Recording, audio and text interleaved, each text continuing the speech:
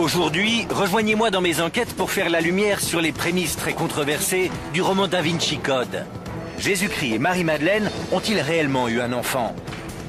Leur descendance peut-elle être apparentée à l'ancienne lignée royale française qui avait pour nom les Mérovingiens? Pour faire la part de vérité parmi les mythes et les légendes qui alimentent l'extraordinaire roman de Dan Brown, je vais me lancer dans l'étude des chefs-d'œuvre de Léonard de Vinci.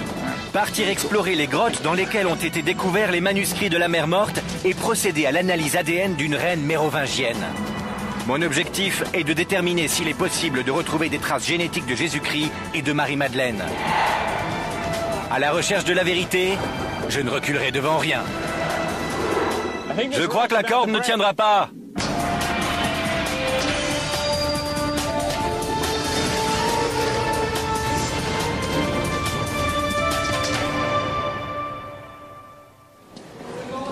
Da Vinci Code est un phénomène planétaire, un best-seller et une gigantesque production hollywoodienne. L'une des facettes de cette histoire qui a captivé l'imagination du monde entier repose sur la théorie selon laquelle le Saint Graal ne serait pas une coupe présente dans la scène, mais une personne nommée Marie-Madeleine, et que Jésus aurait eu avec elle des descendants, peut-être encore vivants aujourd'hui. Je suis Josh Bernstein. Je suis ici en Europe pour essayer de faire la distinction entre vérité et fiction dans cette histoire envoûtante. Si une lignée remontant à Jésus-Christ existe réellement, je suis déterminé à faire appel à la science de la génétique pour la retrouver. Mais tout d'abord, il me faut replacer cette histoire fascinante dans son contexte. La scène d'ouverture de Da Vinci Code se déroule à Paris. Et c'est un bon point de départ pour démarrer mes recherches. Nous sommes au Louvre. C'est ici que débute Da Vinci Code, devant l'un des plus grands chefs-d'œuvre de Léonard de Vinci. Le musée est fermé aujourd'hui, mais j'ai organisé pour nous une petite visite privée.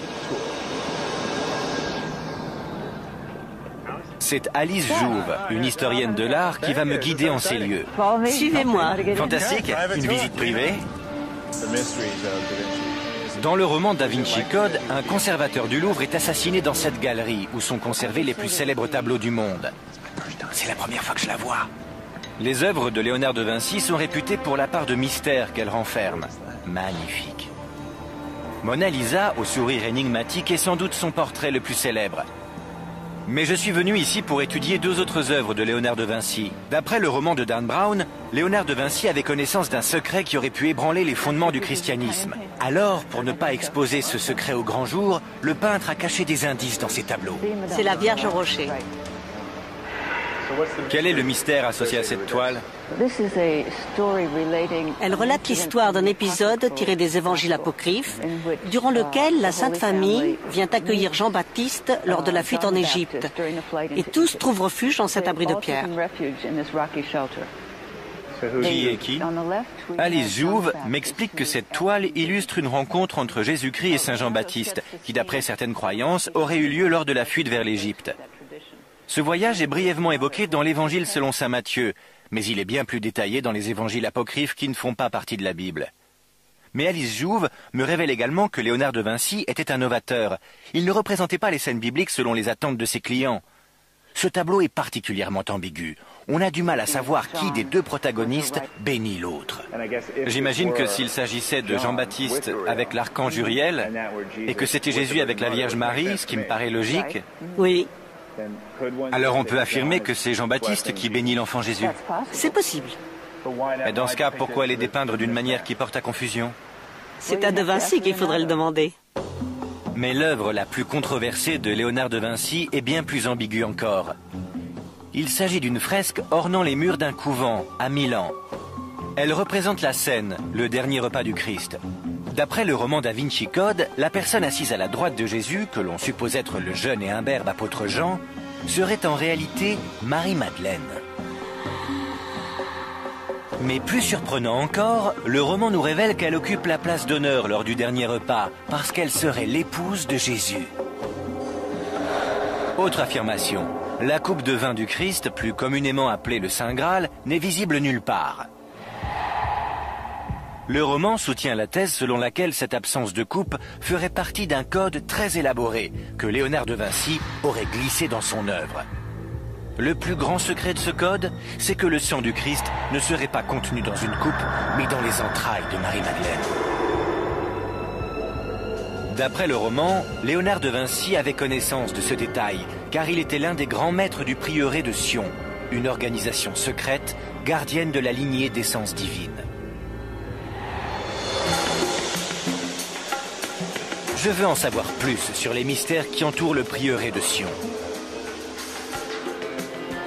Je me rends dans le sud de la France, dans un petit village situé au sommet d'une colline qui a pour nom Rennes-le-Château.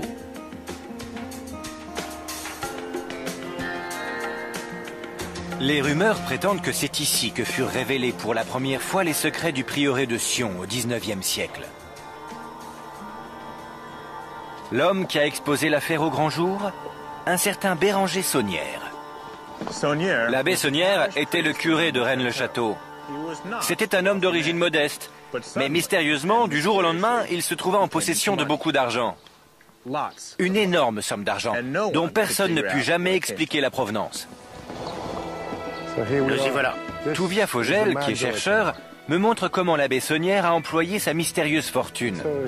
Voici la tour de Magdala, sans doute l'édifice le plus célèbre que l'abbé Saunière ait fait ériger ici à la fin du XIXe siècle. Elle ressemble à une forteresse du XVe siècle, mais c'était sa bibliothèque qui renfermait des centaines de livres et dans laquelle il passait de longues journées à étudier. Et il a fait construire cette tour de bout en bout? Oui, il n'y avait rien auparavant. Mais où est-ce qu'il a trouvé l'argent pour réaliser des constructions comme celle-ci? Certains prétendent qu'il se livrait à un trafic de messes, d'autres qu'il aurait été payé par des membres de l'aristocratie européenne pour trouver des documents concernant leur lignée. Mais il a obtenu cet argent quelque part et à l'époque, cela représentait par ailleurs une somme colossale. Touvia Fogel me fait part d'une autre théorie selon laquelle la fortune de l'abbé Saunière pouvait provenir de pots de vin qui auraient été versés pour garder secrète sa connaissance de la lignée divine. Or, lorsque Saunière a dépensé sa fortune dans ses nombreux projets de construction, il est évident qu'une personne était omniprésente dans son esprit, Marie-Madeleine. C'est pas un peu curieux de faire construire une tour dédiée à une femme considérée comme une prostituée par l'Église? On trouve dans le sud de la France de nombreuses églises dédiées à Marie-Madeleine. C'est un culte très répandu dans cette région. Touvia m'explique que l'abbé Saunière ne s'est pas seulement contenté de dédier la tour à Marie-Madeleine, il a également donné son nom à l'église.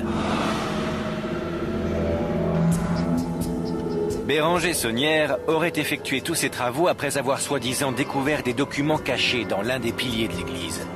Apparemment, ces documents livreraient une histoire du christianisme radicalement différente et pour le moins choquante. Il fournirait également des détails concernant une lignée qui s'étendrait de Jésus-Christ à une dynastie royale française du 6e et 7e siècle, les Mérovingiens. Mais contrairement aux assertions formulées dans le roman Da Vinci Code, les Mérovingiens ont réellement existé. Il y a autre chose qui aurait été découvert ou caché dans cette église? Justement, on a procédé il y a 4 ans à un balayage radar. Et juste en dessous de la nef, au centre de l'église, le radar a détecté la présence d'une cavité. Il semblerait qu'un périmètre de 4 ou 5 mètres en partant de l'autel jusqu'à l'endroit où vous vous trouvez marquerait l'emplacement d'une crypte souterraine. Ce qui n'est pas étonnant en soi, sachant que près de la moitié des églises médiévales européennes en possèdent. Vous me dites que le radar a confirmé la présence d'une cavité sous mes pieds? Absolument, il est tout à fait possible qu'il s'agisse du lieu de sépulture d'un membre de la noblesse mérovingienne ou, qui sait, peut-être même d'un roi mérovingien. Mais comment Marie-Madeleine aurait-elle pu être apparentée à une famille royale française du 6e siècle? Et ce lien pourrait-il être génétique? Dans quelques instants, je me rends sur la côte méditerranéenne pour découvrir la légende d'un étonnant voyage au 1er siècle, avant de pénétrer dans la crypte des reines et des rois mérovingiens.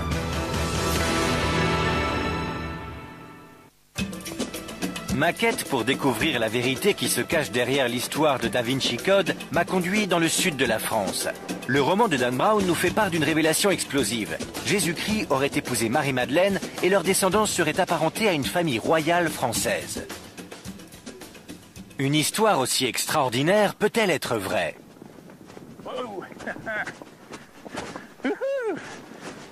Bienvenue en Camargue. Une région mondialement réputée pour ses chevaux sauvages.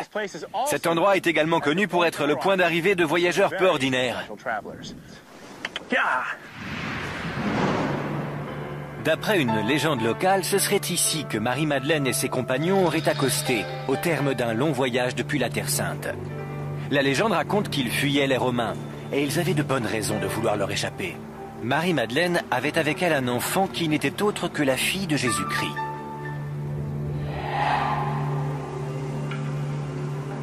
Située en centre-ville, cette église qui surplombe la commune de Sainte-Marie-de-la-Mer est dédiée à Marie-Madeleine et à sa compagne de voyage Marie-Salomé. Là, ce sont les deux Maries. L'écrivain Tim Wallace Murphy est ici pour me raconter les légendes qui entourent toujours cette église. Aujourd'hui, cette église est dédiée aux deux Maries? C'est ce que la plaque située à l'extérieur, ainsi que l'Église catholique, veulent bien nous laisser croire. Mais dans l'imagination populaire, et plus particulièrement au sein des communautés gitanes du monde entier, elle est dédiée à l'enfant Sarah, qui fait l'objet d'une fervente vénération dans la chapelle.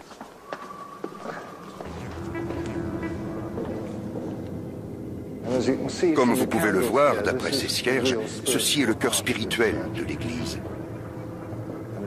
Cette dame est hautement vénérée. C'est donc Sarah? D'après la tradition de l'Église, elle était la servante de Marie-Madeleine et de Marie-Salomé. Selon une autre tradition, elle serait la fille de Jésus et de Marie-Madeleine. Quelle est la probabilité que Jésus ait eu un enfant? C'est incontestable, cela ne fait aucun doute. Il y a 3 traditions juives qui se rejoignent pour renforcer cette thèse. Premièrement, tous les hommes juifs ont pour devoir de se marier et d'engendrer une descendance. Dieu a dit « Allez et multipliez-vous » et le peuple juif était très respectueux de la loi. D'autre part, en tant que rabbin, Jésus aurait dû être marié et avoir des enfants, car il est dit dans le Nouveau Testament que Jésus était rabbin. Qu'en est-il d'une éventuelle lignée dont on pourrait retrouver la trace? Il est presque certain qu'il y en a une. Et on pourrait l'établir s'il n'y avait pas un vide administratif et documentaire entre la chute de l'Empire romain et, disons, le Xe siècle. Mais il y a une théorie selon laquelle on retrouverait une trace de cette lignée chez les Mérovingiens, et Dan Brown a repris cette thèse dans son roman. La plupart des spécialistes en études bibliques ne partagent pas la conviction de Tim Wallace Murphy quant à la situation de famille de Jésus. En revanche, l'existence d'une famille royale mérovingienne est quant à elle indéniable. Voilà qui est intéressant. Réfléchissez à cette série d'hypothèses. Si Jésus avait été marié, aussi insensé que cela paraisse, si Marie-Madeleine et lui avaient eu un enfant, si cet enfant était arrivé dans le sud de la France, et s'il était à l'origine de la dynastie mérovingienne, serait-il possible de trouver encore aujourd'hui des traces de cette lignée royale? Il n'y a qu'un seul moyen de le savoir. Je pars retrouver l'un des plus grands experts européens habilités à effectuer des analyses sur des ADN anciens. Je veux procéder à une recherche couvrant une période de 2000 ans sur une lignée dont les origines remonteraient de la Terre Sainte pour s'étendre jusqu'en Europe. À l'université de Louvain en Belgique, le professeur Jean-Jacques Cassiman a déjà étudié l'ADN de la famille royale française. Il a récemment mis un terme à une ancienne polémique en prouvant, ADN à l'appui, que le fils supposé de Marie-Antoinette et de Louis XVI était bel et bien l'enfant dont le corps avait été retrouvé au temple. C'est le scientifique idéal pour m'aider dans mes recherches. J'étudie le roman Da Vinci Code et la théorie de la descendance de Jésus, des Mérovingiens à aujourd'hui. Oui. J'aimerais savoir comment la science de la génétique peut m'aider dans ma quête. Voyez-vous, la fréquence de certains types d'ADN varie d'une communauté ou d'une population à l'autre. Et c'est sur ce point qu'il faut concentrer ses recherches. En d'autres termes, il faut essayer de déterminer quelle est la fréquence des profils ADN particuliers dans la communauté dont Marie-Madeleine était originaire. Ça veut dire que vous avez une base de données consignant des marqueurs génétiques d'individus à travers le monde entier, Oui. et vous pouvez déterminer lesquels d'entre eux sont originaires du Moyen-Orient? Oui. Pour que ma quête soit réaliste, où dois-je me rendre et que dois-je vous ramener concrètement? Et si vous ne pouvez pas retrouver Marie-Madeleine, la meilleure alternative serait d'obtenir des ossements ou des restes d'un individu qui serait un de ses descendants potentiels, afin que nous puissions les examiner. Le professeur Cassiman me confie que si je parviens à me procurer un fragment d'os appartenant à une personne issue de la lignée de Marie-Madeleine, son laboratoire sera en mesure de rechercher toute trace d'ADN intacte. Ce qui implique une opération consistant à réduire en poudre les ossements, puis en extraire et agrandir toute trace d'ADN encore présente dans les fragments. Il m'explique que seul l'ADN mitochondrial peut être identifié dans des restes aussi anciens. Il s'agit d'une molécule d'ADN qui demeure intacte durant des milliers d'années. Admettons que je sois capable de me procurer un échantillon d'ADN mitochondrial. Oui. Comment cela peut-il m'aider à prouver ou non que cette personne est apparentée à Jésus? L'ADN seul ne pourra rien vous révéler. Il faut le comparer à un autre élément. Il faut prélever des échantillons parmi la communauté à laquelle il appartient et vérifier si l'origine supposée des ossements et celle des personnes prélevées est la même. Si les théories avancées dans Da Vinci Code sont avérées, alors je dois m'attendre à trouver des marqueurs génétiques de type moyen-oriental dans l'ADN mérovingien. Oui, et nous pourrons ainsi comparer les deux populations, dont celle du Moyen-Orient en l'occurrence, et définir s'il y a oui ou non compatibilité. Alors la meilleure chose à faire à présent, et j'ignore si j'en ai la possibilité, c'est de trouver un monarque mérovingien qui pourrait nous fournir son ADN. Oui, tout à fait. Bonne chance. Merci. Je n'ai plus qu'à retourner à Paris et je vous tiens informé. Très bien. Bonne chance. Merci. Un souverain mort depuis des siècles pourrait détenir la clé du grand mystère de Da Vinci Code. Mais quelle chance a-t-on de pouvoir trouver un squelette royal près de 1500 ans après les faits? Pour me pencher sur cette question, je me suis rendu dans la somptueuse basilique de Saint-Denis, située dans la banlieue nord de Paris. C'est ici même, sous les pavés de ce sol très ancien, que les archéologues ont fait une découverte tout à fait étonnante. J'ai rendez-vous avec Daniel Perrier, l'un des plus grands experts français de l'époque mérovingienne. Il me dit que cette basilique n'est pas seulement un lieu de culte, mais que c'est aussi le site de sépulture de la monarchie française depuis la toute première dynastie. Celle qui m'intéresse est la mérovingienne. Normalement, le public n'est pas autorisé ici. Excellent. J'ai un accès spécial. C'est l'aventure. Ça alors. Voici les sarcophages. On compte une soixantaine de tombeaux mérovingiens. Une soixantaine? Oui, une soixantaine. Tous des nobles. Tous ces sarcophages, ça donne la chair de poule. Oui. Cet endroit est immense. Oui, et une partie reste encore à dégager. Vous voyez, au-delà de ce mur, au fond, il reste des sarcophages qui attendent d'être exhumés. Et on sait qui se trouve à l'intérieur? Non, on n'en sait rien. Vraiment? Oui, on l'ignore. Tous des mérovingiens dont on ignore le nom. Oui, car il n'y a aucune inscription sur les couvercles. À l'exception toutefois d'une reine prénommée Arégonde, que l'on a pu identifier grâce à ses bijoux. Ah oui, vous savez qui elle est grâce à ses bijoux? Oui. Excellent. Où sont ces restes? Ils se trouvent au musée d'archéologie nationale. Ai-je la possibilité de les voir? Oui, bien sûr. Vraiment? Oui. Parfait. Le sarcophage de la reine Arégonde se trouve désormais à l'étage avec le reste de la monarchie française. Mais sa dépouille est conservée de l'autre côté de Paris, au musée des Antiquités nationales de Saint-Germain-en-Laye. Les restes de la reine Arégonde pourraient constituer un indice d'une importance capitale. Quelles réponses génétiques peuvent nous offrir les ossements de cette reine mérovingienne?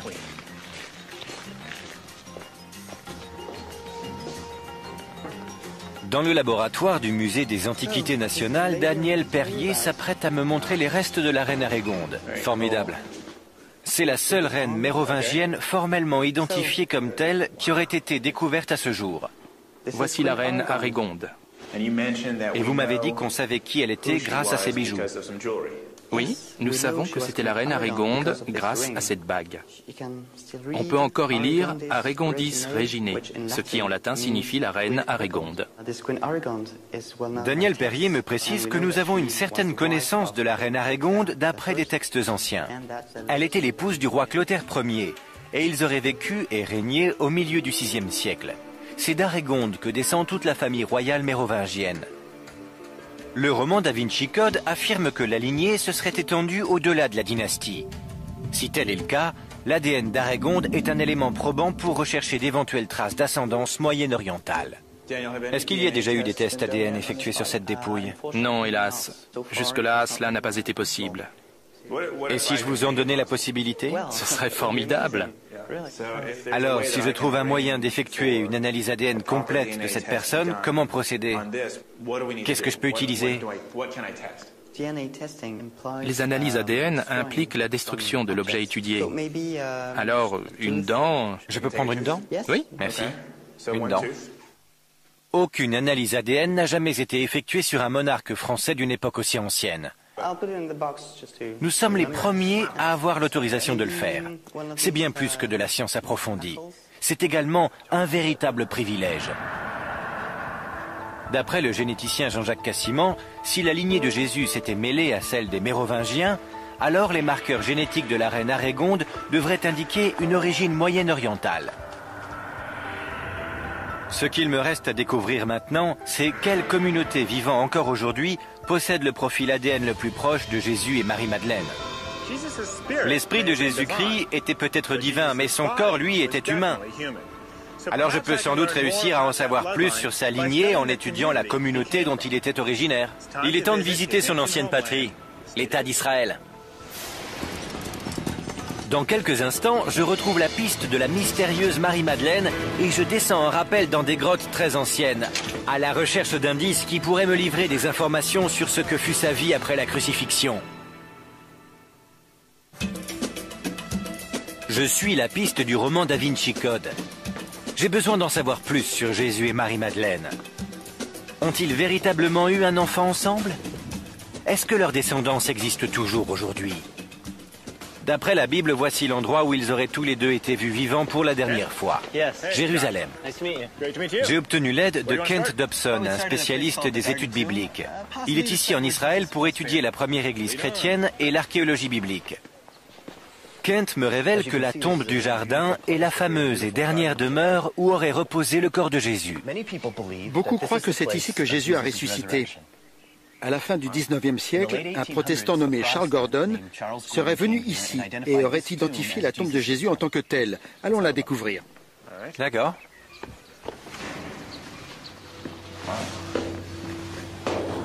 Est-ce ou non la véritable tombe? C'est encore aujourd'hui matière à controverse. De même, le lieu de l'apparition de Jésus après son inhumation est un sujet qui continue d'alimenter de nombreux débats.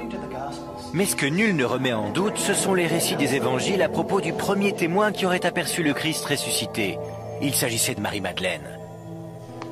À présent, racontez-moi en détail ce qui s'est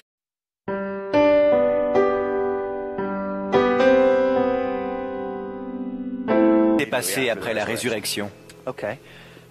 D'après les évangiles, un groupe de femmes serait venu se recueillir sur la tombe de Jésus.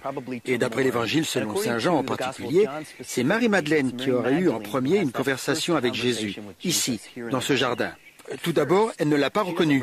Elle a cru qu'il s'agissait du jardinier. Puis, au fil de la discussion, elle a fini par reconnaître son interlocuteur et elle prononce le terme « rabboni », probablement en araméen, ce qui signifie « mon rabbin ».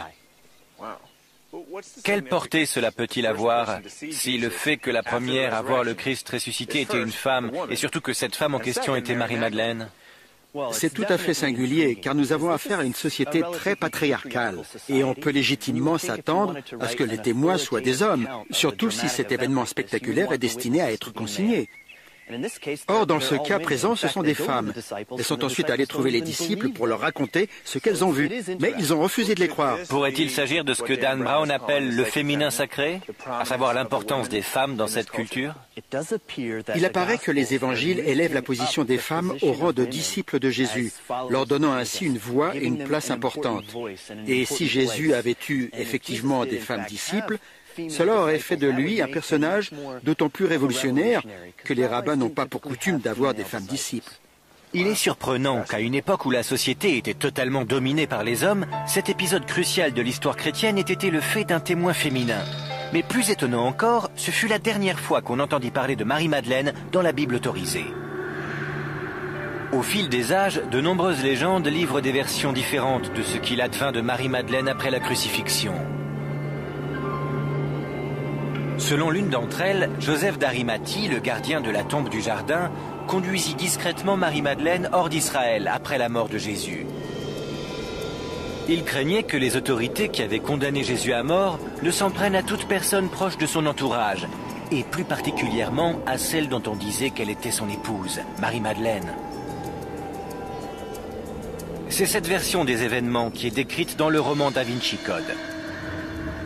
Mais existe-t-il la moindre preuve qui pourrait soutenir cette thèse? D'après le roman Da Vinci Code, les indices permettant de faire la lumière sur la véritable histoire de Jésus, de Marie-Madeleine et du Saint Graal ont été retrouvés ici, dans les grottes de Qumran, en plein cœur du désert de Judée. Une communauté juive religieuse, les Esséniens, vivait sur les hauteurs surplombant la mer Morte à l'époque de Jésus. Ils seraient les auteurs présumés d'une collection de parchemins appelée les manuscrits de la mer Morte. Le roman Da Vinci Code affirme que ces textes, ainsi que d'autres documents retrouvés en Égypte, livreraient une version alternative des événements qui auraient suivi la mort de Jésus. Et maintenant, la descente en rappel. Sur quelle distance on descend? 53 mètres environ. Parfait, d'accord. Ça va être amusant. Ouais, très bien. On se retrouve en bas.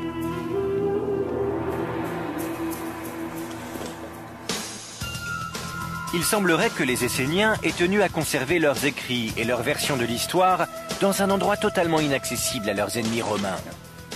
Parfait.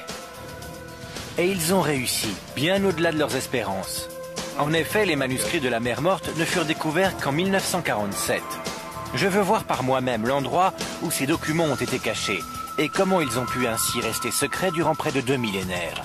Je suis stupéfait car certaines de ces grottes sont particulièrement reculées. Ceux qui ont découvert les manuscrits n'avaient pas d'équipement pour l'escalade et pourtant, ils les ont retrouvés dans les endroits les plus difficiles d'accès de Qumran. C'est à se demander comment ils y sont parvenus.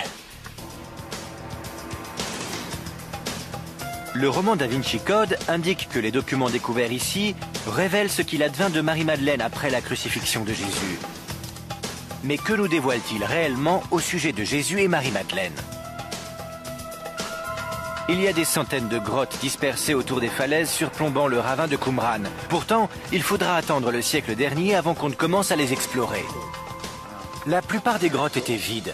Mais les précieux manuscrits ainsi que des fragments de manuscrits furent découverts dans 11 d'entre elles. Excellent. Ça, ce sont des restes de poterie datant de la période du Second Temple. Ça fait 2000 ans qu'elles sont là, c'est incroyable. On va voir jusqu'où on peut remonter. Quelle poussière! Allons-y.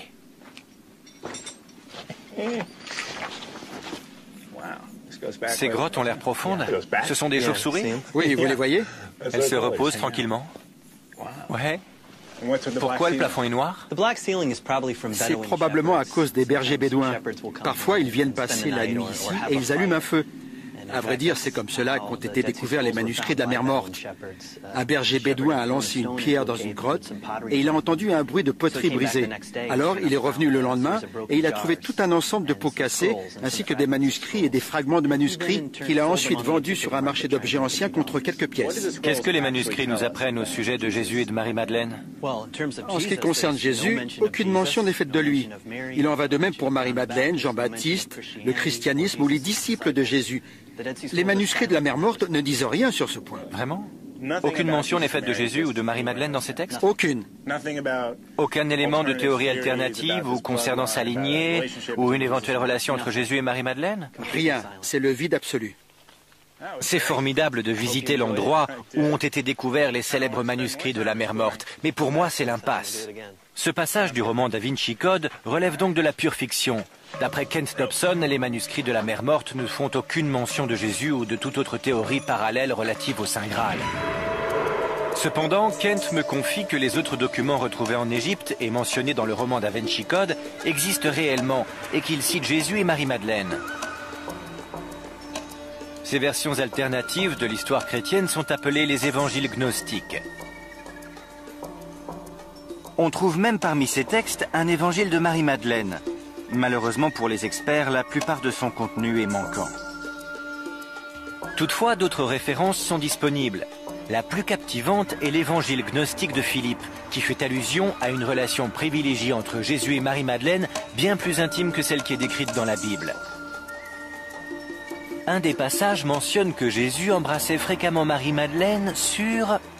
Mais il y a un trou dans le manuscrit, et donc on ignore où il l'embrassait.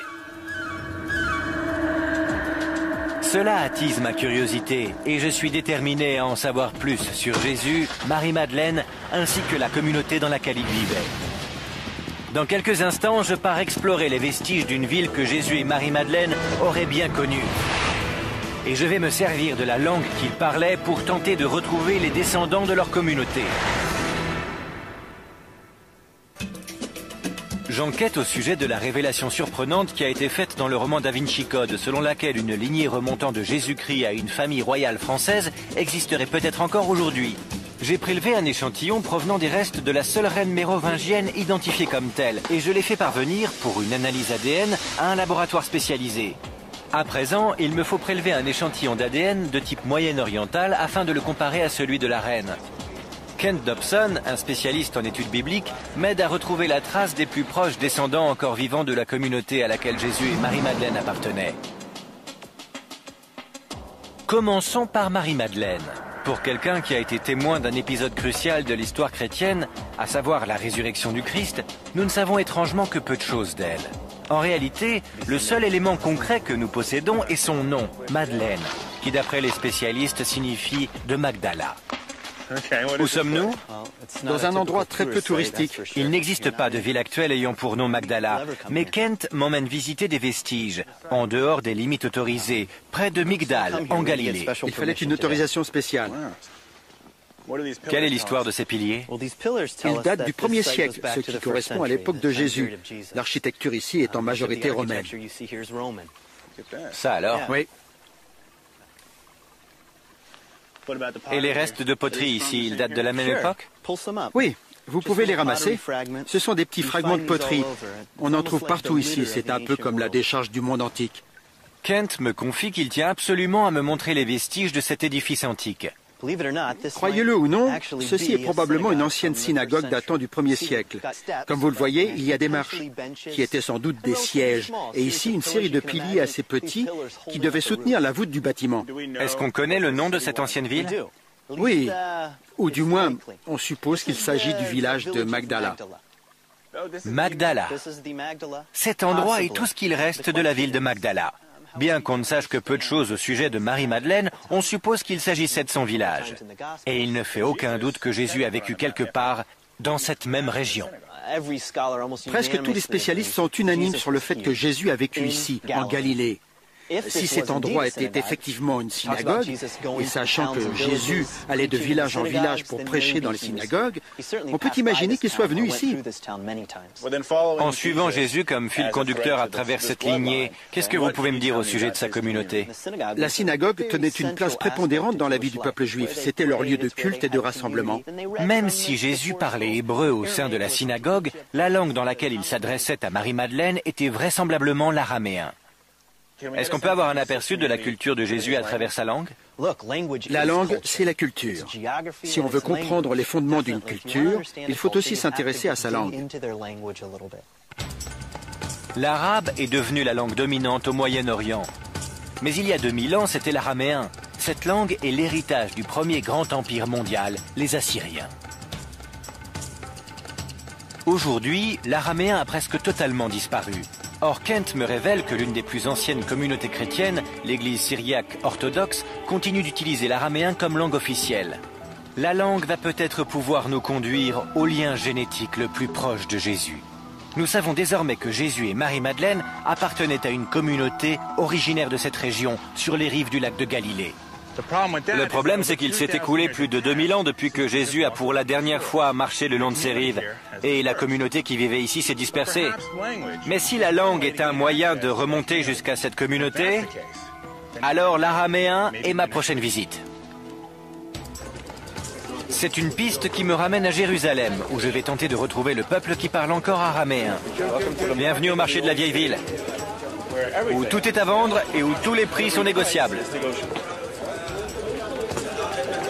Mais c'est pour la religion et non pour ses commerces que Jérusalem est célèbre. C'est une ville sacrée pour les 3 principales religions mondiales et elle compte d'innombrables communautés spirituelles. L'une d'entre elles est au centre de mes recherches. L'église syriaque orthodoxe continue d'utiliser l'araméen à travers sa liturgie et dans la vie courante. Le monastère syriaque de Saint-Marc est caché dans les petites ruelles étroites de la vieille ville. J'ai pris rendez-vous avec l'archevêque. Alors que nous pénétrons dans l'édifice, l'archevêque me révèle que l'histoire de l'église syriaque orthodoxe remonte au tout début de l'ère chrétienne. C'était la maison de Marc. Les membres de cette communauté religieuse croient que Marc, qui était l'un des disciples de Jésus, a vécu ici et que c'est également entre ces murs que s'est déroulée la scène. Tous les écrits à l'intérieur de cette église sont en araméen, y compris leur Bible. On lit de droite à gauche? Comme l'hébreu et l'arabe. C'est une sorte de croisement entre les deux, on dirait. Pourriez-vous me lire un passage en araméen? Oui. L'archevêque propose de me réciter le Notre Père en araméen.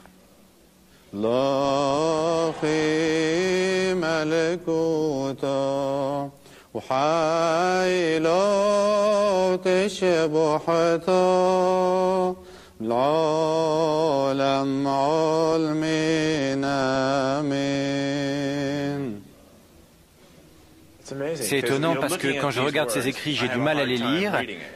Et par contre, quand je vous entends, je comprends. Je parle hébreu et j'ai compris environ 15% de ce que vous avez dit. Il y a des similitudes entre les deux langues. C'est très proche. À vous entendre, oui, mais quand je regarde ces écrits, Ce n'est pas facile à lire. c'est incroyable, car pour moi, c'est quelque chose qui a un sens particulier. En hébreu, on dit Todaraba. Ce qui veut dire merci beaucoup. Et en araméen, Taodirabo. C'est très proche. Et comment dites-vous shalom? Shlomo. Shlomo pour Shalom. D'accord. C'est très proche. On est frères alors? Oui, on est frères. Cette église est manifestement très ancienne, mais ce qui m'intéresse, c'est le lien direct que ce peuple prétend avoir avec Jésus-Christ. Cette communauté qui continue de parler et de prier en araméen est convaincue que les liens qui unissent leurs familles remontent jusqu'à Jésus-Christ? Oui, c'est ce que nous croyons. C'est votre croyance. Parce que nombreux sont ceux qui prétendent avoir une relation particulière avec Jésus à travers la foi, mais ils ne revendiquent pas pour autant un lien génétique. Naturellement. Pour vous, ça paraît évident, mais pour moi, c'est tout à fait extraordinaire.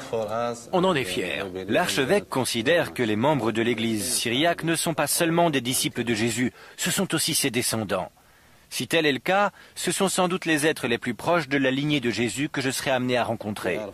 Nous sommes issus de la même famille, du même groupe génétique et spirituel que notre Seigneur. Je voudrais vous poser une question qui risque de vous paraître étrange. Allez-y. Vous seriez d'accord pour que je fasse procéder à des analyses ADN sur des membres de votre communauté? Bien sûr. Je vais seulement prélever un peu de salive sur un bâtonnet. Vous avez mon accord. C'est totalement indolore. Ces échantillons d'ADN seront ajoutés à la base de données des groupes génétiques du Moyen-Orient dont le professeur Cassiman m'a parlé. Mais pour corroborer la thèse d'une lignée d'essence divine soutenue dans le roman Da Vinci Code, encore faut-il que la reine Arégonde possède un marqueur génétique du groupe moyen-oriental. La grande question est quel verdict va-t-elle livrer? C'est fait. Merci. J'ai vu des chefs-d'œuvre artistiques majeurs, enquêter sur des sociétés secrètes et prélever des échantillons d'ADN royal. Il ne me reste plus désormais qu'à ramener ces prélèvements en Europe afin de rassembler toutes les pièces du puzzle. Dans quelques instants, j'apprends la vérité à propos de certains documents ayant servi de base au Da Vinci Code. Et je fais appel à la science de la génétique pour découvrir s'il existe éventuellement une lignée remontant à Jésus et Marie-Madeleine qui existerait encore aujourd'hui. J'ai suivi la piste des énigmes de Da Vinci Code, essayant de faire la part entre réalité et fiction. J'ai voyagé à travers l'Europe et le Moyen-Orient à la recherche de preuves sur l'existence d'une lignée apparentant Jésus-Christ à une dynastie royale française. J'ai réussi à mettre la main sur les ossements d'une reine vieux de 1400 ans. Et je suis parti en quête d'un éventuel ADN identique parmi l'une des plus anciennes communautés chrétiennes au monde. L'analyse des échantillons d'ADN prend un certain temps. Aussi, je vais en profiter pour enquêter sur un dernier mystère en attendant les résultats. D'après le roman Da Vinci Code, une société secrète ayant pour nom le prieuré de Sion serait la gardienne du secret de la lignée divine. La seule preuve de l'existence de cette organisation secrète est une liste de ses membres. Elle fait partie d'une collection de documents appelés les dossiers secrets. Que signifient exactement ces documents ? Je me trouve actuellement à la Bibliothèque nationale de France où je viens d'obtenir l'autorisation spéciale de les consulter. Allons les découvrir ensemble. Les dossiers secrets ont soulevé un vif émoi lorsqu'ils ont pour la première fois été rendus publics, en 1975. Ils ont servi d'inspiration à plusieurs romans, dont Da Vinci Code. Ils sont désormais conservés dans les coffres de la bibliothèque. Mais Alice Jouve a organisé pour moi une consultation spéciale sur support microfiche. Ce sont les fameux dossiers secrets. Tout à fait. D'où proviennent-ils? Ils ont été déposés à la Bibliothèque nationale en 1967. C'est très intéressant. Puis-je voir de quoi il parle? Bien sûr. Il s'agit d'un ensemble de coupures de presse, de documents, de lettres et de cartes. Il y a également un arbre généalogique de la dynastie mérovingienne qui montre notamment le roi Dagobert II. Oui, ce nom m'est familier. C'était un roi mérovingien qui a été assassiné en 679. Je vois. Alice Jouve m'indique que l'une des ramifications de l'arbre généalogique mérovingien s'étend jusqu'au XXe siècle. C'est donc la base du Da Vinci Code. Oui, mais c'est une mystification. Qu'est-ce que vous dites? Cet arbre généalogique a été fabriqué de toutes pièces par Pierre Plantard. Il n'y a aucune preuve historique permettant d'avancer que Dagobert II aurait eu une descendance. Mais tout ceci, Oui, toutes ces personnes, une pure invention. qu'y a-t-il d'autre? On y trouve également un autre document très intéressant, une liste des grands maîtres du prieuré de Sion. Et là, vous remarquerez le nom de Léonard de Vinci. Ah oui, Léonard de Vinci, 1510-1519. Alors une partie de l'histoire au moins serait vraie. Non, rien n'est vrai, car la création du prieuré de Sion date de 1956. Quoi, 1956? 1956. Et cette liste est l'œuvre du même auteur que l'arbre généalogique? Absolument. Si j'ai bien compris, ces deux éléments ne sont que des mensonges. Oui. Pierre Plantard, l'homme qui est à l'origine des dossiers secrets, a finalement avoué sous serment en 1993 qu'il avait inventé de toutes pièces ces documents. Les preuves écrites de la supposée lignée divine mise en évidence dans le roman Da Vinci Code seraient apparemment une invention datant du XXe siècle. Or, comme nous l'avons vu, la croyance selon laquelle Marie-Madeleine serait arrivée ici en Europe perdure depuis des siècles. Je retourne en Belgique, à l'université de Louvain, où le professeur Jean-Jacques Cassimant et son équipe ont analysé les échantillons d'ADN que je leur ai rapportés. Il reste une dernière question encore sans réponse. Existe-t-il un lien génétique entre Jésus-Christ, Marie-Madeleine, leur communauté au Moyen-Orient et la reine Arégonde de la dynastie mérovingienne? C'est ce que nous allons découvrir. Le professeur Cassimant me confie que ce fut une opération délicate. Il est très difficile d'extraire de l'ADN d'un ossement vieux de 1400 ans. Et lorsqu'il s'agit de surcroît d'une reine de France, la pression n'en est que plus grande. Merci. Je suis venu aux nouvelles. Très bien. Il y a une bonne et une mauvaise nouvelle. Nous avons analysé 6 différents fragments provenant des ossements. Et sur 5 d'entre eux, les résultats sont inexploitables, soit parce qu'il n'y a pas de traces d'ADN. Le professeur Cassimant recherche toujours au moins 2 séquences ADN identiques sur des ossements pour assurer la pertinence de ses résultats. Et malheureusement, il ne les a pas encore trouvés.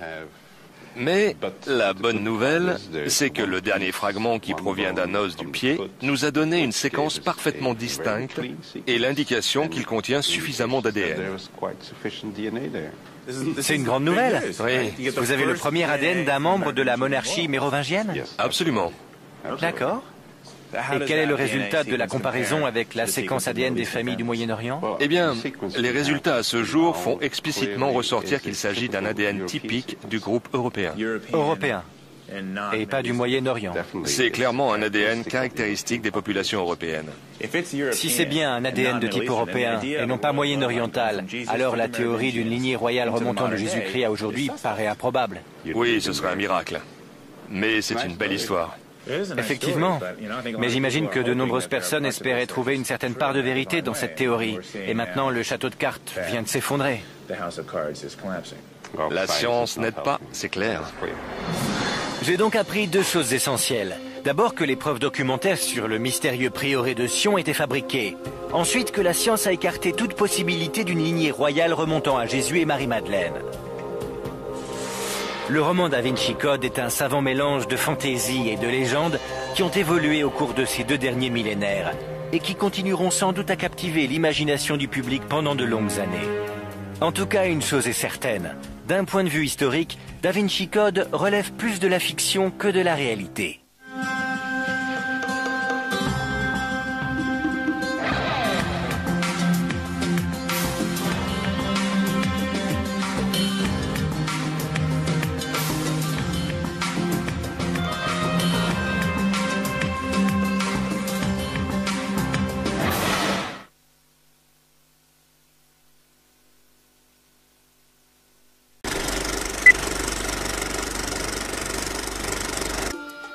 Toutefois, d'autres références sont disponibles. La plus captivante est l'évangile gnostique de Philippe, qui fait allusion à une relation privilégiée entre Jésus et Marie-Madeleine, bien plus intime que celle qui est décrite dans la Bible. Un des passages mentionne que Jésus embrassait fréquemment Marie-Madeleine sur... Mais il y a un trou dans le manuscrit, et donc on ignore où il l'embrassait.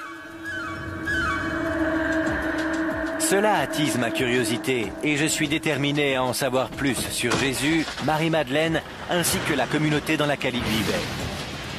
Dans quelques instants, je pars explorer les vestiges d'une ville que Jésus et Marie-Madeleine auraient bien connue. Et je vais me servir de la langue qu'ils parlaient pour tenter de retrouver les descendants de leur communauté. J'enquête au sujet de la révélation surprenante qui a été faite dans le roman Da Vinci Code, selon laquelle une lignée remontant de Jésus-Christ à une famille royale française existerait peut-être encore aujourd'hui. J'ai prélevé un échantillon provenant des restes de la seule reine mérovingienne identifiée comme telle, et je l'ai fait parvenir, pour une analyse ADN, à un laboratoire spécialisé. À présent, il me faut prélever un échantillon d'ADN de type moyen-oriental afin de le comparer à celui de la reine. Kent Dobson, un spécialiste en études bibliques, m'aide à retrouver la trace des plus proches descendants encore vivants de la communauté à laquelle Jésus et Marie-Madeleine appartenaient. Commençons par Marie-Madeleine. Pour quelqu'un qui a été témoin d'un épisode crucial de l'histoire chrétienne, à savoir la résurrection du Christ, nous ne savons étrangement que peu de choses d'elle. En réalité, le seul élément concret que nous possédons est son nom, Madeleine, qui d'après les spécialistes signifie « de Magdala ». Où sommes-nous?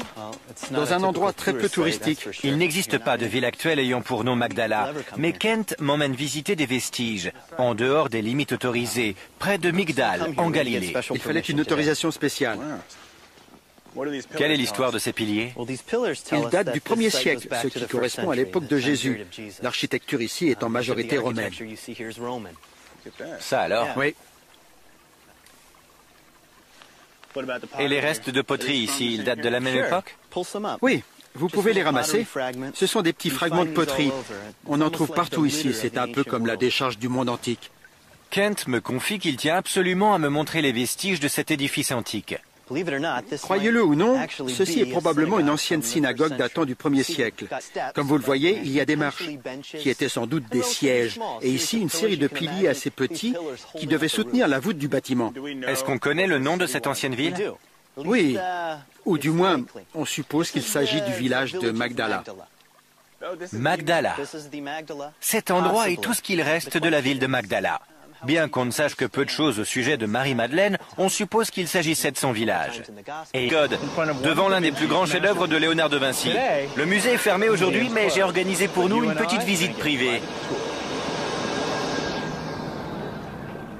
C'est Alice Jouve, une historienne de l'art, qui va me guider en ces lieux. Suivez-moi. Fantastique, une visite privée. Dans le roman Da Vinci Code, un conservateur du Louvre est assassiné dans cette galerie où sont conservés les plus célèbres tableaux du monde. C'est la première fois que je la vois. Les œuvres de Léonard de Vinci sont réputées pour la part de mystère qu'elles renferment. Magnifique. Mona Lisa, au sourire énigmatique, est sans doute son portrait le plus célèbre. Mais je suis venu ici pour étudier deux autres œuvres de Léonard de Vinci. D'après le roman de Dan Brown, Léonard de Vinci avait connaissance d'un secret qui aurait pu ébranler les fondements du christianisme. Alors, pour ne pas exposer ce secret au grand jour, le peintre a caché des indices dans ses tableaux. C'est la Vierge au rocher. Quel est le mystère associé à cette toile? Elle relate l'histoire d'un épisode tiré des évangiles apocryphes, durant lequel la Sainte Famille vient accueillir Jean-Baptiste lors de la fuite en Égypte. Et tous trouvent refuge dans cet abri de pierre. Qui est qui? Alice Jouve m'explique que cette toile illustre une rencontre entre Jésus-Christ et Saint Jean-Baptiste, qui d'après certaines croyances aurait eu lieu lors de la fuite vers l'Égypte. Ce voyage est brièvement évoqué dans l'Évangile selon saint Matthieu, mais il est bien plus détaillé dans les évangiles apocryphes qui ne font pas partie de la Bible. Mais Alice Jouve me révèle également que Léonard de Vinci était un novateur. Il ne représentait pas les scènes bibliques selon les attentes de ses clients. Ce tableau est particulièrement ambigu. On a du mal à savoir qui des deux protagonistes bénit l'autre. J'imagine que s'il s'agissait de Jean-Baptiste avec l'archange Uriel, et que c'était Jésus avec la Vierge Marie, ce qui me paraît logique... Oui. Alors on peut affirmer que c'est Jean-Baptiste qui bénit l'enfant Jésus. C'est possible. Mais dans ce cas, pourquoi les dépeindre d'une manière qui porte à confusion? C'est à De Vinci qu'il faudrait le demander. Mais l'œuvre la plus controversée de Léonard de Vinci est bien plus ambiguë encore. Il s'agit d'une fresque ornant les murs d'un couvent à Milan. Elle représente la scène, le dernier repas du Christ. D'après le roman Da Vinci Code, la personne assise à la droite de Jésus, que l'on suppose être le jeune et imberbe apôtre Jean, serait en réalité Marie-Madeleine. Mais plus surprenant encore, le roman nous révèle qu'elle occupe la place d'honneur lors du dernier repas, parce qu'elle serait l'épouse de Jésus. Autre affirmation, la coupe de vin du Christ, plus communément appelée le Saint Graal, n'est visible nulle part. Le roman soutient la thèse selon laquelle cette absence de coupe ferait partie d'un code très élaboré que Léonard de Vinci aurait glissé dans son œuvre. Le plus grand secret de ce code, c'est que le sang du Christ ne serait... Je vois. Alice Jouve m'indique que l'une des ramifications de l'arbre généalogique mérovingien s'étend jusqu'au XXe siècle. C'est donc la base du Da Vinci Code. Oui, mais c'est une mystification. Qu'est-ce que vous dites? Cet arbre généalogique a été fabriqué de toutes pièces par Pierre Plantard. Il n'y a aucune preuve historique permettant d'avancer que Dagobert II aurait eu une descendance. Mais tout ceci, Oui, toutes ces personnes, une pure invention. qu'y a-t-il d'autre? On y trouve également un autre document très intéressant, une liste des grands maîtres du prieuré de Sion, et là, vous remarquerez le nom de Léonard de Vinci. Ah oui, Léonard de Vinci, 1510-1519. Alors une partie de l'histoire au moins serait vraie. Non, rien n'est vrai, car la création du prieuré de Sion date de 1956. Quoi, 1956? 1956. Et cette liste est l'œuvre du même auteur que l'arbre généalogique? Absolument. Si j'ai bien compris, ces deux éléments ne sont que des mensonges. Oui. Pierre Plantard, l'homme qui est à l'origine des dossiers secrets, a finalement avoué sous serment en 1993 qu'il avait inventé de toutes pièces ces documents. Les preuves écrites de la supposée lignée divine mise en évidence dans le roman Da Vinci Code seraient apparemment une invention datant du XXe siècle. Or, comme nous l'avons vu, la croyance selon laquelle Marie-Madeleine serait arrivée ici en Europe perdure depuis des siècles. Je retourne en Belgique, à l'université de Louvain, où le professeur Jean-Jacques Cassimant et son équipe ont analysé les échantillons d'ADN que je leur ai rapportés. Il reste une dernière question encore sans réponse. Existe-t-il un lien génétique entre Jésus-Christ, Marie-Madeleine, leur communauté au Moyen-Orient et la reine Arégonde de la dynastie mérovingienne? C'est ce que nous allons découvrir. Le professeur Cassimant me confie que ce fut une opération délicate. Il est très difficile d'extraire de l'ADN d'un ossement vieux de 1400 ans. Et lorsqu'il s'agit de surcroît d'une reine de France, la pression n'en est que plus grande. Merci. Je suis venu aux nouvelles. Très bien. Il y a une bonne et une mauvaise nouvelle.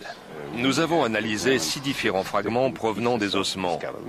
Et sur 5 d'entre eux, les résultats sont inexploitables, soit parce qu'il n'y a pas de traces d'ADN. Le professeur Cassimant recherche toujours au moins 2 séquences ADN identiques sur des ossements pour assurer la pertinence de ces résultats. Et malheureusement, il ne les a pas encore trouvés.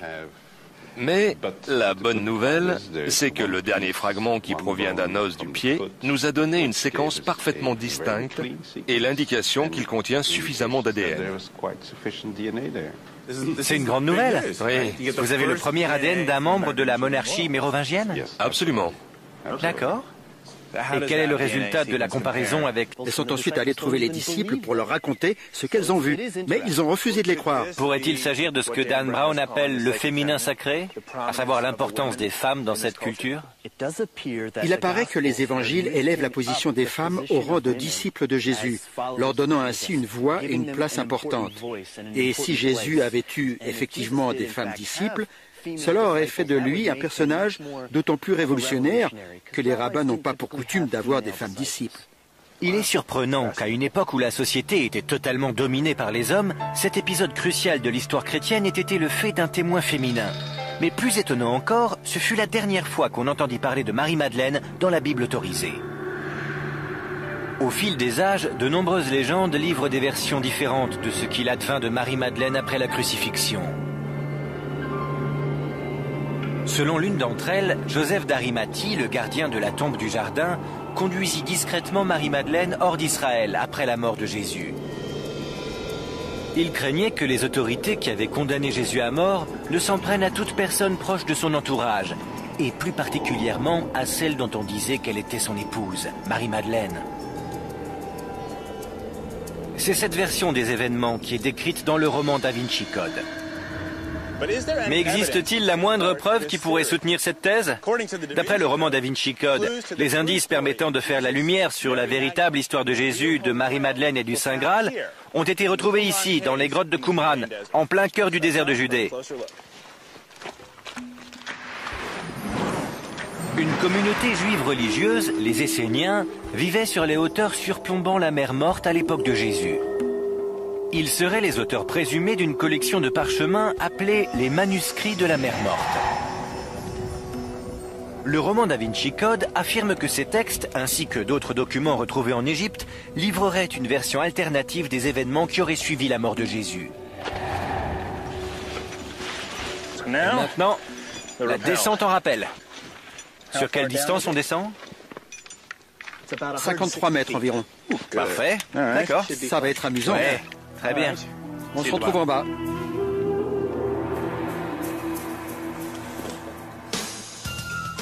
Il semblerait que les Esséniens aient tenu à conserver leurs écrits et leur version de l'histoire dans un endroit totalement inaccessible à leurs ennemis romains. Parfait. Et ils ont réussi, bien au-delà de leurs espérances. En effet, les manuscrits de la mer Morte ne furent découverts qu'en 1947. Je veux voir par moi-même l'endroit où ces documents ont été cachés et comment ils ont pu ainsi rester secrets durant près de 2 millénaires. Je suis stupéfait car certaines de ces grottes sont particulièrement reculées. Ceux qui ont découvert les manuscrits n'avaient pas d'équipement pour l'escalade et pourtant, ils les ont retrouvés. Arégonde. Et vous m'avez dit qu'on savait qui elle était grâce à ces bijoux. Oui, nous savons que c'était la reine Arégonde grâce à cette bague. On peut encore y lire Aregondis Reginae, ce qui en latin signifie la reine Arégonde. Daniel Perrier me précise que nous avons une certaine connaissance de la reine Arégonde d'après des textes anciens. Elle était l'épouse du roi Clotaire Ier, et ils auraient vécu et régné au milieu du VIe siècle. C'est d'Arégonde que descend toute la famille royale mérovingienne. Le roman Da Vinci Code affirme que la lignée se serait étendue au-delà de la dynastie. Si tel est le cas, l'ADN d'Arégonde est un élément probant pour rechercher d'éventuelles traces d'ascendance moyenne-orientale. Est-ce qu'il y a déjà eu des tests ADN effectués sur cette dépouille? Non, hélas. Jusque-là, cela n'a pas été possible. Et si je vous en donnais la possibilité? Ce serait formidable. Alors, si je trouve un moyen d'effectuer une analyse ADN complète de cette personne, comment procéder? Qu'est-ce que je peux utiliser? Les analyses ADN impliquent la destruction de l'objet étudié. Alors, une dent... Je peux prendre une dent? Oui. Merci. Une dent. Aucune analyse ADN n'a jamais été effectuée sur un monarque français d'une époque aussi ancienne. Nous sommes les premiers à avoir l'autorisation de le faire. C'est bien plus que de la science approfondie. C'est également un véritable privilège.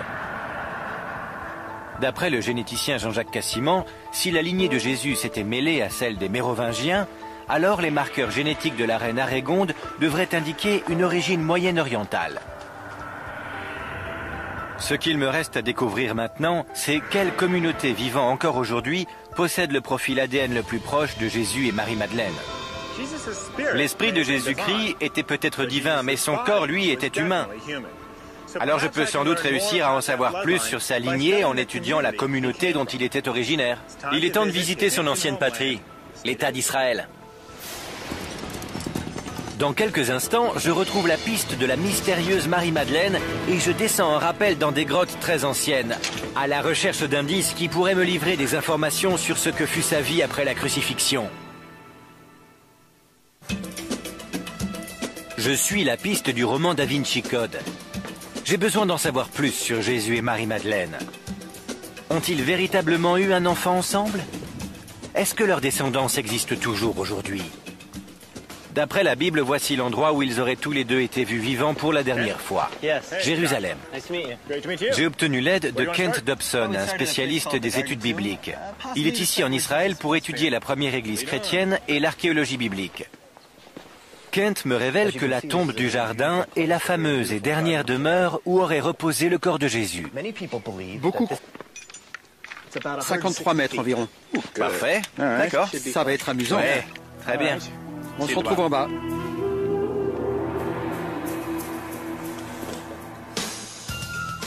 Il semblerait que les Esséniens aient tenu à conserver leurs écrits et leur version de l'histoire dans un endroit totalement inaccessible à leurs ennemis romains. Parfait. Et ils ont réussi, bien au-delà de leurs espérances. En effet, les manuscrits de la mer Morte ne furent découverts qu'en 1947. Je veux voir par moi-même l'endroit où ces documents ont été cachés et comment ils ont pu ainsi rester secrets durant près de 2 millénaires. Je suis stupéfait car certaines de ces grottes sont particulièrement reculées. Ceux qui ont découvert les manuscrits n'avaient pas d'équipement pour l'escalade et pourtant, ils les ont retrouvés dans les endroits les plus difficiles d'accès de Qumran. C'est à se demander comment ils y sont parvenus. Le roman Da Vinci Code indique que les documents découverts ici révèlent ce qu'il advint de Marie-Madeleine après la crucifixion de Jésus. Mais que nous dévoile-t-il réellement au sujet de Jésus et Marie-Madeleine ? Il y a des centaines de grottes dispersées autour des falaises surplombant le ravin de Qumran. Pourtant, il faudra attendre le siècle dernier avant qu'on ne commence à les explorer. La plupart des grottes étaient vides, mais les précieux manuscrits ainsi que des fragments de manuscrits furent découverts dans 11 d'entre elles. Excellent. Ça, ce sont des restes de poterie datant de la période du Second Temple. Ça fait 2000 ans qu'elles sont là, c'est incroyable. On va voir jusqu'où on peut remonter. Quelle poussière! Allons-y.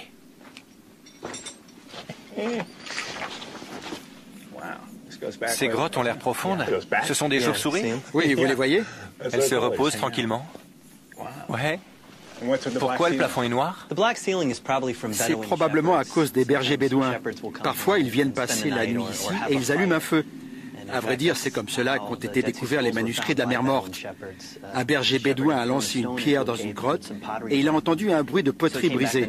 Alors, il est revenu le lendemain et il a trouvé tout un ensemble de pots cassés ainsi que des manuscrits et des fragments de manuscrits qu'il a ensuite vendus sur un marché d'objets anciens contre quelques pièces. Qu'est-ce que les manuscrits nous apprennent au sujet de Jésus et de Marie-Madeleine? En ce qui concerne Jésus, aucune mention n'est faite de lui. Il en va de même pour Marie-Madeleine, Jean-Baptiste, le christianisme ou les disciples de Jésus. Les manuscrits de la mer Morte ne disent rien sur ce point. Vraiment? Aucune mention n'est faite de Jésus ou de Marie-Madeleine dans ces textes? Aucune. Aucun élément de théorie alternative ou concernant sa lignée ou une éventuelle relation entre Jésus et Marie-Madeleine? Rien. C'est le vide absolu. C'est formidable de visiter l'endroit où ont été découverts les célèbres manuscrits de la mer Morte, mais pour moi c'est l'impasse. Ce passage du roman Da Vinci Code relève donc de la pure fiction. Justement, on a procédé il y a 4 ans à un balayage radar. Et juste en dessous de la nef, au centre de l'église, le radar a détecté la présence d'une cavité. Il semblerait qu'un périmètre de 4 ou 5 mètres en partant de l'autel jusqu'à l'endroit où vous vous trouvez marquerait l'emplacement d'une crypte souterraine. Ce qui n'est pas étonnant en soi, sachant que près de la moitié des églises médiévales européennes en possèdent. Vous me dites que le radar a confirmé la présence d'une cavité sous mes pieds? Absolument, il est tout à fait possible qu'il s'agisse du lieu de sépulture d'un membre de la noblesse mérovingienne ou, qui sait, peut-être même d'un roi mérovingien. Mais comment Marie-Madeleine aurait-elle pu être apparentée à une famille royale française du VIe siècle? Et ce lien pourrait-il être génétique? Dans quelques instants, je me rends sur la côte méditerranéenne pour découvrir la légende d'un étonnant voyage au 1er siècle, avant de pénétrer dans la crypte des reines et des rois mérovingiens.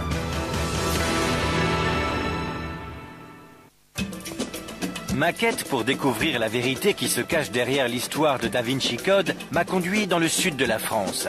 Le roman de Dan Brown nous fait part d'une révélation explosive. Jésus-Christ aurait épousé Marie-Madeleine et leur descendance serait apparentée à une famille royale française. Une histoire aussi extraordinaire peut-elle être vraie?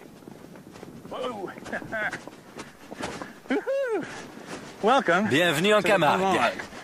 Une région mondialement réputée pour ses chevaux sauvages. Cet endroit est également connu pour être le point d'arrivée de voyageurs peu ordinaires. D'après une légende locale, ce serait ici que Marie-Madeleine et ses compagnons auraient accosté, au terme d'un long voyage depuis la Terre Sainte. La légende raconte qu'ils fuyaient les Romains, et ils avaient de bonnes raisons de vouloir leur échapper. Marie-Madeleine avait avec elle un enfant qui n'était autre que la fille de Jésus-Christ.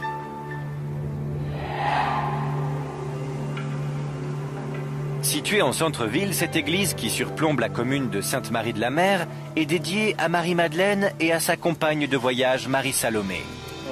Là, ce sont les deux Maries. L'écrivain Tim Wallace Murphy est ici pour me raconter les légendes qui entourent toujours cette église. Aujourd'hui, cette église est dédiée aux deux Maries? C'est ce que la plaque située à l'extérieur, ainsi que l'Église catholique, veulent bien nous laisser croire. Mais dans l'imagination populaire, et plus particulièrement au sein des communautés gitanes du monde entier, elle est dédiée à l'enfant Sarah, qui fait l'objet d'une fervente vénération dans la chapelle.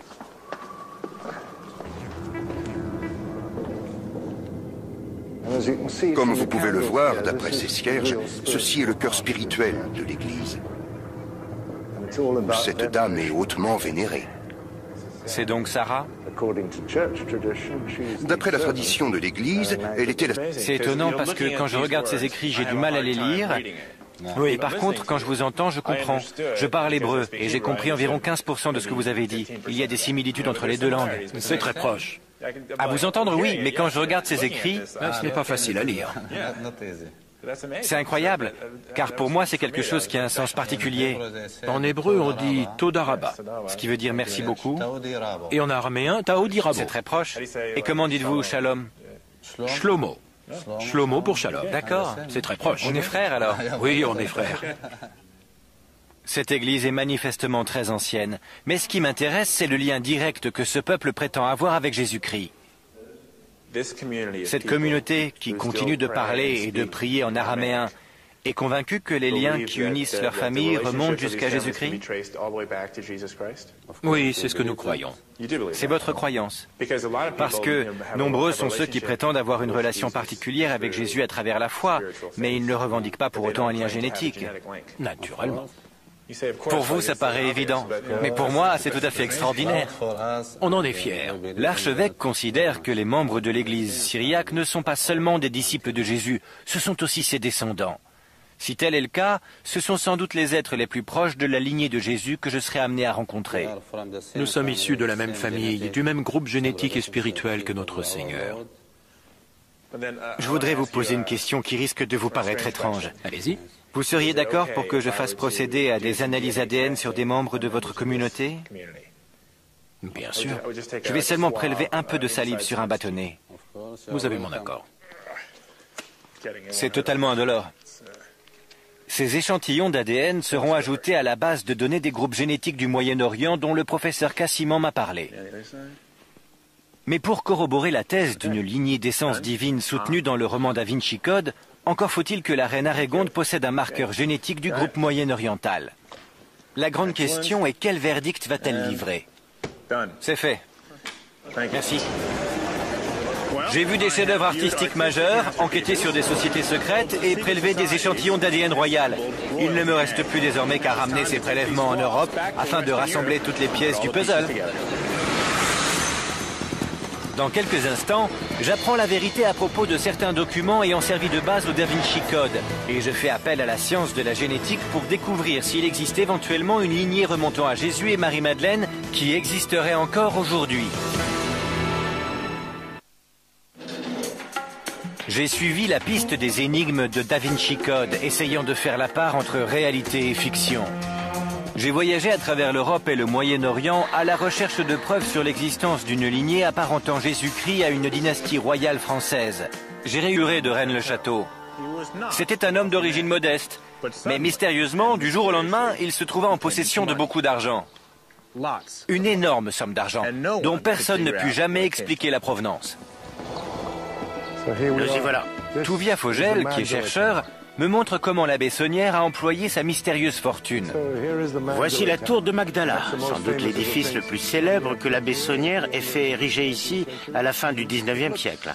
Elle ressemble à une forteresse du 15e siècle, mais c'était sa bibliothèque qui renfermait des centaines de livres et dans laquelle il passait de longues journées à étudier. Et il a fait construire cette tour de bout en bout? Oui, il n'y avait rien auparavant. Mais où est-ce qu'il a trouvé l'argent pour réaliser des constructions comme celle-ci? Certains prétendent qu'il se livrait à un trafic de messes, d'autres qu'il aurait été payé par des membres de l'aristocratie européenne pour trouver des documents concernant leur lignée. Mais il a obtenu cet argent quelque part et à l'époque, cela représentait par ailleurs une somme colossale. Touvia Fogel me fait part d'une autre théorie selon laquelle la fortune de l'abbé Saunière pouvait provenir de pots de vin qui auraient été versés pour garder secrète sa connaissance de la lignée divine. Or, lorsque Saunière a dépensé sa fortune dans ses nombreux projets de construction, il est évident qu'une personne était omniprésente dans son esprit, Marie-Madeleine.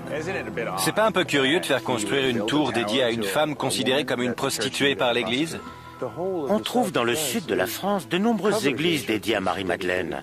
C'est un culte très répandu dans cette région. Touvia m'explique que l'abbé Saunière ne s'est pas seulement contenté de dédier la tour à Marie-Madeleine, il a également donné son nom à l'église. Béranger Saunière aurait effectué tous ses travaux après avoir soi-disant découvert des documents cachés dans l'un des piliers de l'église. Apparemment, ces documents livreraient une histoire du christianisme radicalement différente et pour le moins choquante. Il fournirait également des détails concernant une lignée qui s'étendrait de Jésus-Christ à une dynastie royale française du 6e et 7e siècle, les Mérovingiens. Mais contrairement aux assertions formulées dans le roman Da Vinci Code, les Mérovingiens ont réellement existé. Il y a autre chose qui aurait été découvert ou caché dans cette église ? Justement, on a procédé il y a 4 ans à un balayage radar. Et juste en dessous de la nef, au centre de l'église, le radar a détecté la présence d'une cavité. Il semblerait qu'un périmètre de 4 ou 5 mètres en partant de l'autel jusqu'à l'endroit où vous vous trouvez marquerait l'emplacement d'une crypte souterraine.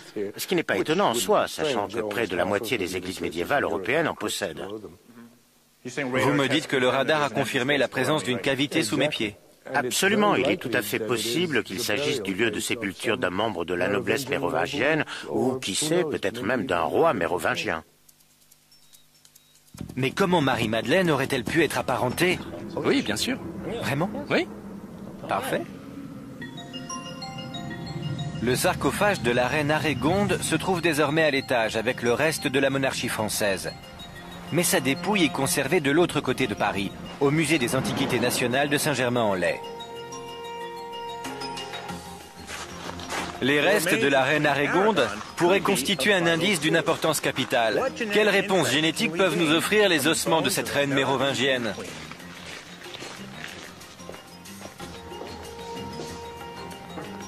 Dans le laboratoire du musée des Antiquités nationales, Daniel Perrier s'apprête à me montrer les restes de la reine Arégonde. Formidable. C'est la seule reine mérovingienne formellement identifiée comme telle qui aurait été découverte à ce jour. Voici la reine Arégonde. Et vous m'avez dit qu'on savait qui elle était grâce à ses bijoux. Oui, nous savons que c'était la reine Arégonde grâce à cette bague. On peut encore y lire Aregondis Reginae, ce qui en latin signifie la reine Arégonde.